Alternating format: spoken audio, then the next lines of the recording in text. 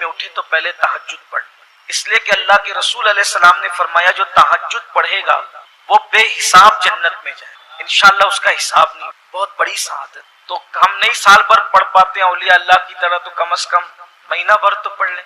اور 2 رکعت کے لیے کتنا 2 منٹ لگتا ہے، 2 سے 3 منٹ لگتا ہے۔ پھر اس کے بعد کچھ گڑ گڑا لیجئے، دعا کر لیجئے، کیونکہ وہ وقت خصوصی دعاؤں کی قبولیت کا وقت، جو مانگتے ہیں ملتا ہے۔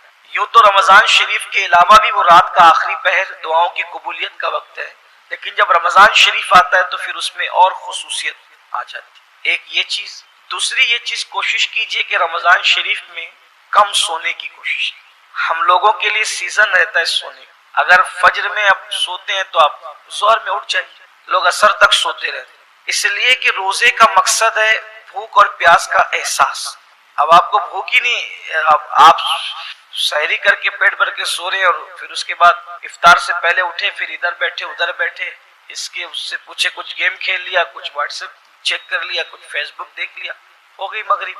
آپ بتائیں یہ کیا روزہ؟ میں نے مغرب میں لوگوں سے یہی کہا کہ جو روزہ آپ کو مسجد تک نہ لا سکے گا وہ روزہ آپ کو جنت میں کیا لے جائے گا؟ وہ تھوڑا سا روزہ اب تک آپ نے اپنی مرضی سے رکھا ہے، ذرا اللہ رسول کی مرضی والا روزہ بھی ایک مرتبہ رکھ کے دیکھ، تو اس کی برکت آپ زندگی بھر محسوس کریں۔ اور آپ سے یہ بھی گزارش ہے کہ سب لوگ اس تصور سے اس رمضان شریف کو گزارے کہ شاید یہ ہماری زندگی کا آخری ماہ رمضان ہے۔ اللہ آپ سب کو ہم کو بار بار نصیب کرے، لیکن اس تصور میں جاتا کیا ہے؟ ویسے بھی بزرگان دین کہتے ہیں کہ ہم جو نماز پڑھتے تھے سمجھتے تھے کہ ہماری زندگی کی آخری نماز، تو جس نماز کو آپ آخری نماز سمجھ کر پڑھیں گے تو اس کی لذت ہی کچھ اور ہے۔ تو اس لیے ماہ رمضان شریف اس تصور سے گزارے کہ شاید یہ میری زندگی کا آخری ماہ رمضان، ایک ایک لمحے کی قدر کی۔ تو اس میں صحابہ کرام تو بستر باندھ کے رکھ دیتے تھے، صحابہ بستر باندھتے تھے کہ سونا نہیں ہے، بس اتنا ہی سونا ہے جتنا صحت کے لیے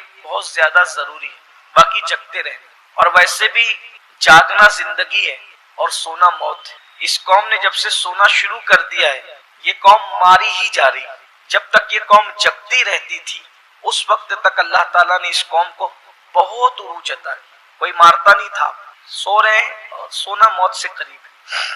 پھر اس کے بعد 4 چیزیں اللہ کے رسول علیہ السلام نے بتائی ہے، اس پر غور فرمانا۔ یہ حضور علیہ السلام کا بتایا ہوا یہ رمضان شریف کے 4 اعمال ہیں۔ نمبر 1، اور سب کے لیے آسان ہے، کسان ہو، علوم مزدور ہو، سائنسنگ مزدور ہو، امیر ہو، غریب ہو، عالم ہو، غیرہ، سب کے لیے۔ آقا علیہ السلام فرماتے ہیں رمضان شریف میں 4 چیزیں کثرت سے کرو۔ نمبر 1، پہلا کلمہ طیبہ کثرت سے پڑھو، لا الہ الا اللہ محمد الرسول اللہ صلی اللہ علیہ وآلہ وسلم۔ کیسے پڑھیں گے؟ لا الہ الا اللہ محمد الرسول اللہ صلی اللہ علیہ وآلہ وسلم، لا الہ الا اللہ محمد الرسول اللہ صلی اللہ علیہ وآلہ وسلم۔ پہلا کلمہ کثرت سے، سب کو یاد ہے، کثرت سے پڑھیں، اس سے بہتر کوئی ذکر نہیں۔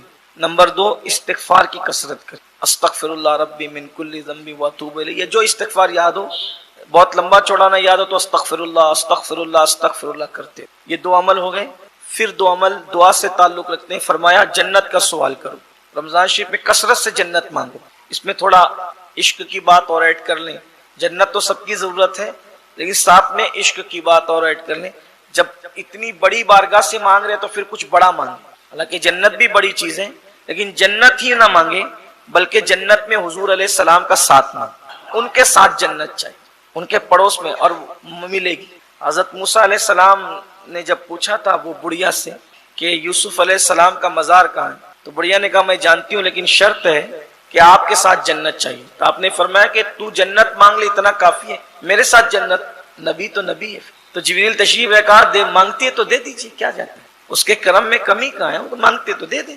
تو جب بڑھیا مزار یوسف بتا کر حضرت موسیٰ کے ساتھ جنت میں جا سکتی ہے، تو اگر آپ ماہ رمضان شریف کی قدر کر کے رسول اللہ کے ساتھ چلے جائیں تو پھر کوئی بعید نہیں۔ تو حضور کے پڑوس میں مانگے، حضور بڑی بارگاہ ہے تو بڑی بات ہو۔ اور یوں بھی میں آپ سے گزارش کرتا ہوں، شاید میں نے پہلے بھی کہا تھا، اللہ کے یہاں ہمیشہ بڑی ہی مانگنا چاہیے، اس لیے کہ بارگاہ بڑی ہے، ہمیشہ وہاں سے بڑا مانگا کرو، بڑی چیز مانگا کرو، اور دینے والا یقین سے مانگا کرو، اس پہ یقین ہے تو پہلی چیز کلمہ طیبہ، دوسری چیز استغفار، تیسری چیز جنت کا سوال، اور وہ بھی رسول اللہ کے ساتھ ان کے پڑوس میں صلی اللہ علیہ وسلم، اور چوتھی چیز جہنم سے پناہ مانگو۔ اس کا وہ دعا سن لیں، اللہم اجرنا من النار. کیا پڑھیں؟ اللہم اجرنا من النار. رمضان پڑھتے رہیے. اس کا مطلب ہوتا ہے اللہ میں جہنم کی آگ سے تیری پناہ مانگ. اور ایک حدیث پاک میں ہے کہ جو مغرب کی نماز کے بعد کسی سے بات کیے بغیر 7 مرتبہ کہہ لے اللہم اجرنا من النار، انشاءاللہ وہ جہنم میں نہیں جائے گا مغرب کی نماز کی. اور رمضان شریف میں کثرت 4 اعمال ہے: درود شریف، استغفار، اور جنت کا سوال، اور جہنم سے اللہ کی. اور پھر کثرت سے تو درود شریف پڑھتے ہی رہی. اللہ تبارک و تعالی ہم سب کو توفیق عطا فرمائے. تراویح بھی روز پڑھیے. 2 دن 3 دن پڑھ کے لوگ کم ہونے لگتے ہیں، پیر درد کر رہے ہیں. جو قوم اب اللہ کے نام پر 1 مہینے میں روزانہ 1 گھنٹہ نہ کھڑی رہ سکے، حالانکہ مسجد کے باہر بھنکس کرتے ہوئے 1.5 گھنٹہ کھڑے رہیں، مسجد کے اندر نہیں کھڑے رہ سکتے. اور کہتے ہیں شیطان بہکاتا ہے، تو شیطان بھی تو اندر ہو گیا، اب کون بہکا رہا ہے؟ تو کیا انسان خود شیطان نہیں بن گیا؟ اللہ کی پناہ، اللہ رحم اللہ رب العالمین. پھر اس کے بعد الرحمن الرحیم، الرحمن الرحیم، الرحمن الرحیم، اس کی تکرار کریں. اور پھر پوری سورت ویسی پڑھے جیسے پڑھتے ہیں. جب غیر المغضوب علیہم ولا الضالین پر پہنچے تو پھر 3 مرتبہ پڑھیں آمین آمین آمین. ایسے 41 بار پڑھیں. مریض پہ دم کریں، اسی کو پانی پہ دم کر دیں اور پلاتے رہیں دن بھر. انشاءاللہ اللہ کی کرم سے شفا کے آثار نظر آئیں. یہ صرف میں کتاب سے پڑھ کے نہیں کہہ رہا ہوں، یہ میرا خود کا اپنا تجربہ. کووڈ کے موقع پر بہت لوگوں نے مایوسی کا اظہار کیا، لیکن الحمدللہ جس کو دیا اس میں سے میں سمجھتا ہوں کہ تقریباً 90% لوگوں کو اللہ تعالیٰ نے جو وہ شفا عطا فرمائی. آپ بھی اگر زندگی لکھی ہے تو آثار ظاہر. اس کو سورۃ الدعا بھی کہتے ہیں. یہ سورہ دعا بھی ہے، یعنی جب کبھی بہت شارٹ ٹائم میں اللہ سے کچھ بہت ڈھیر سارا مانگنا ہو. آج کل تو لوگوں کے پاس ٹائم ہی کم ہے نا. ٹائم آج کم ہے لوگوں کے پاس. علاج 1450 سال پہلے ہیں.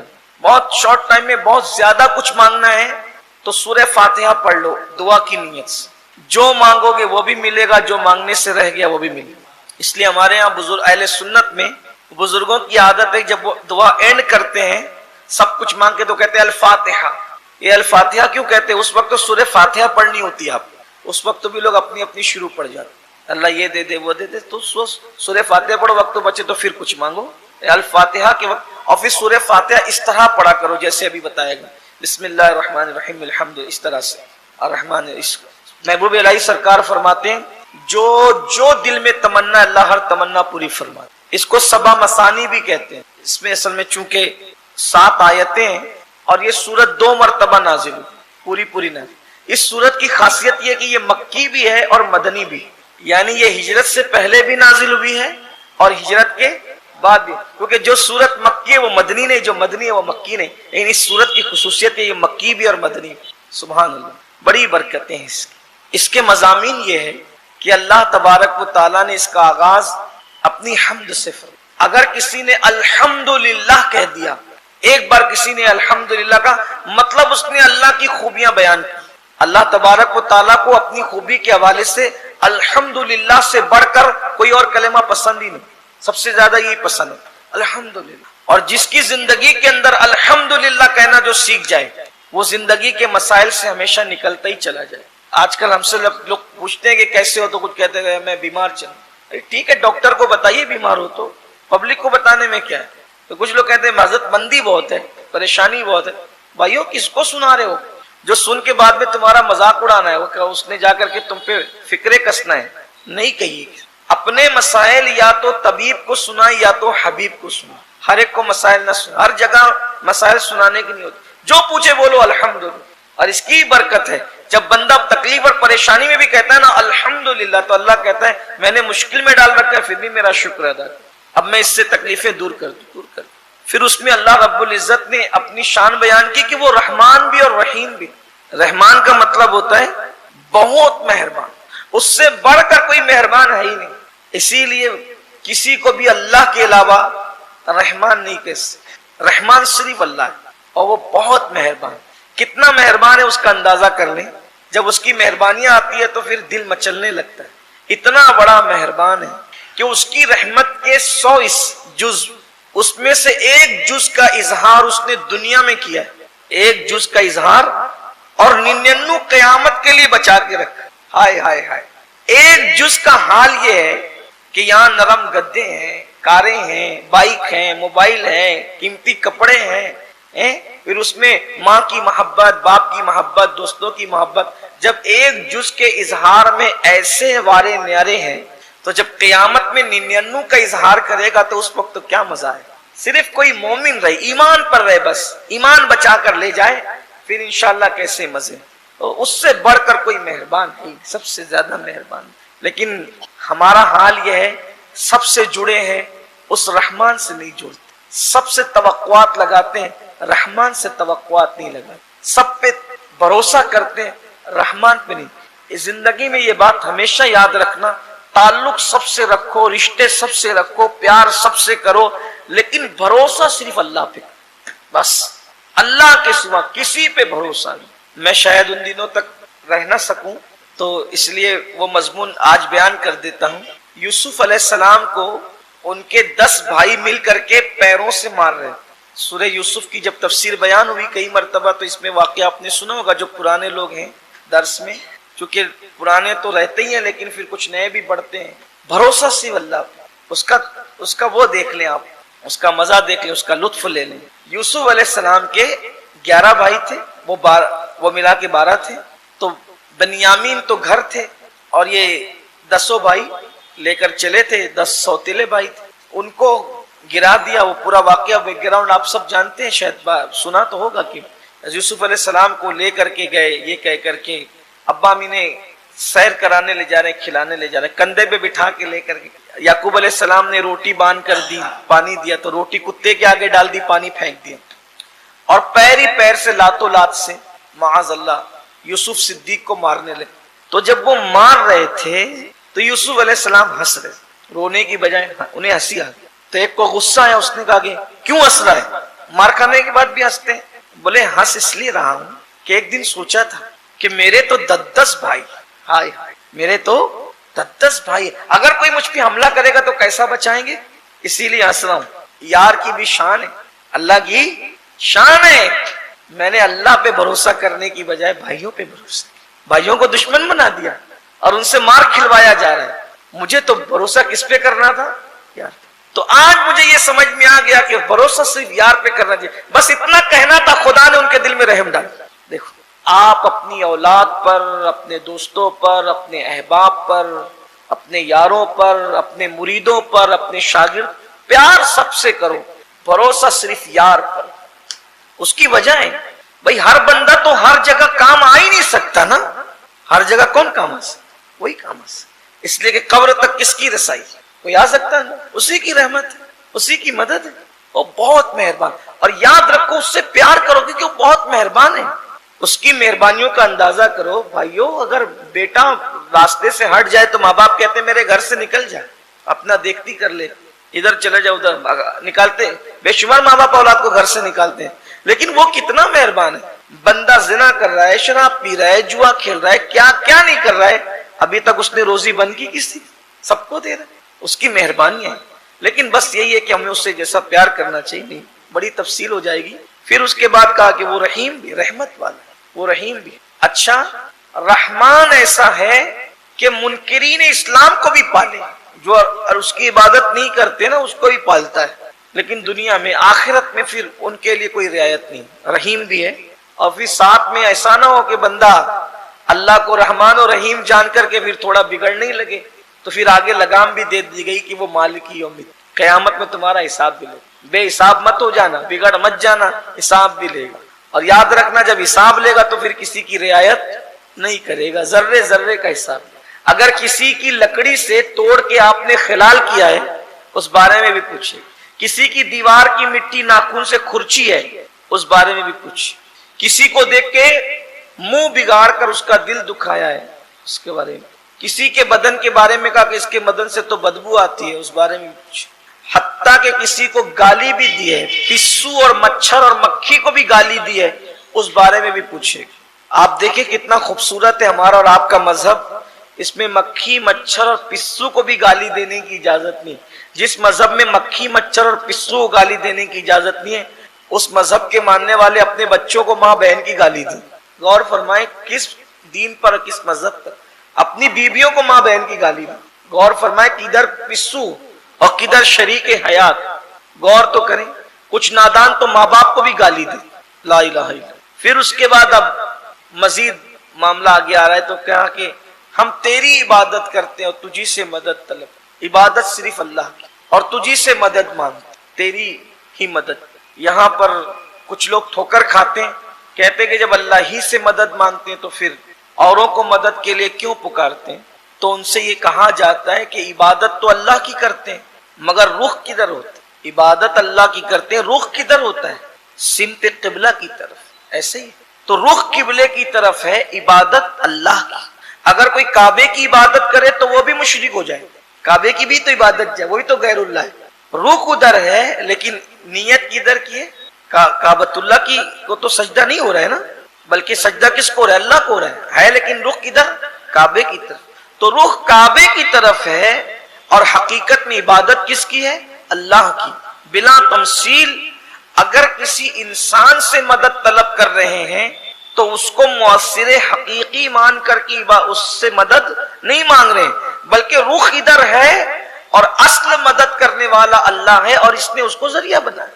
اللہ نے بندے کو ذریعہ، جیسے مرض کے وقت ڈاکٹر سے مدد لیتے ہیں، علم کے لیے استاد سے مدد لیتے ہیں، اسی طرح زندگی میں اور جو بعد وصال بزرگان دین سے جو ہم مدد مانگتے ہیں تو یہ بھی کہ اللہ اگر اذن دے ان کو تو وہ روحانی طور پہ مدد کر سکتے ہیں. کچھ لوگ یہ کہتے ہیں دیکھیے کہ جیتے جی مدد مانگ سکتے ہیں، موت کے بعد مانگنا شرک ہے.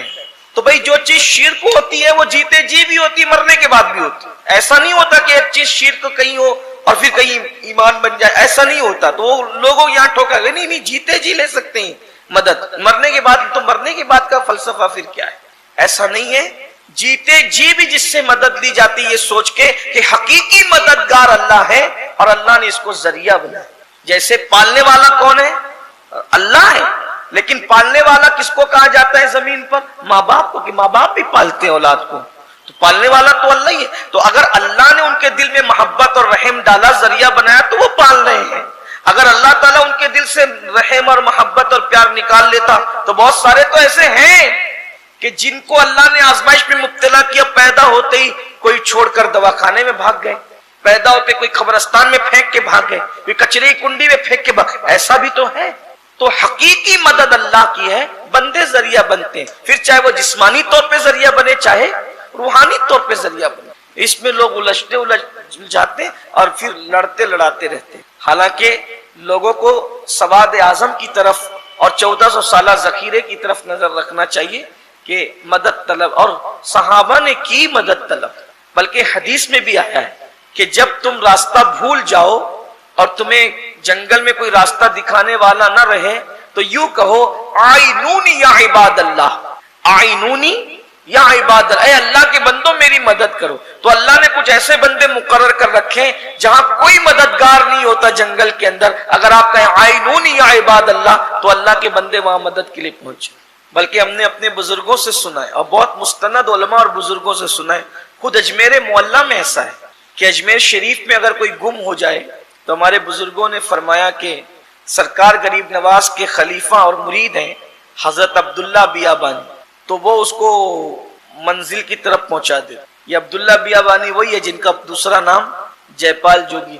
وہ ایمان لائے سرکار کے ہاتھ پر اور بزرگوں نے فرمایا کہ سرکار سے انہوں نے کہا کہ مجھے طویل حیات چاہیے، تو آپ کی دعا سے اللہ نے ان کو لمبی حیات عطا. بہت سے واقعات ہیں. تو اللہ کے بندوں کو اللہ نے مدد کے لیے مقرر کیا. اب پھر آگے یہاں سے دعا سکھائیں.